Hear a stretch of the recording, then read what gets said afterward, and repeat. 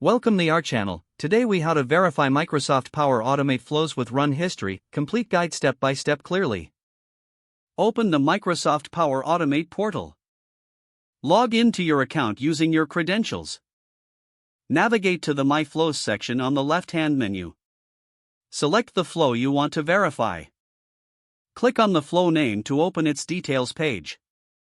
Locate the Run History section in the Details view. Here, you'll find a list of all runs associated with that flow. Identify the run you want to examine. Click on the specific run you wish to verify.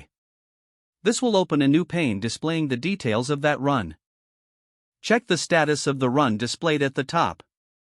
If the status shows succeeded, the flow executed without any errors. If the status shows failed, further investigation is needed.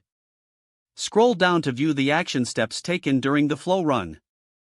Click on each action to see more details about its execution. Review the inputs and outputs for each action for any discrepancies. Take note of any error messages if the run has failed.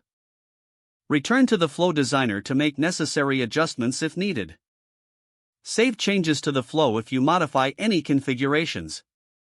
You can rerun the flow after making adjustments to test the changes. Repeat the verification process through the run history for confirmation. Utilize this guide to ensure your Power Automate flows operate as intended. If the page does not load, refresh the browser or try again in a private or incognito window. Make sure you are using the correct email address, then retype it carefully to avoid small typos. If your password is not accepted, use the reset option and create a new strong password you can remember. Check your spam folder for verification or security emails, then complete any requested confirmation steps. Enable two-factor authentication if available to improve account security and reduce unauthorized access risk.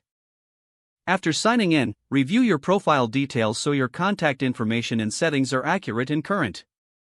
Don't forget to like this video and subscribe to our channel for more step-by-step tech guides.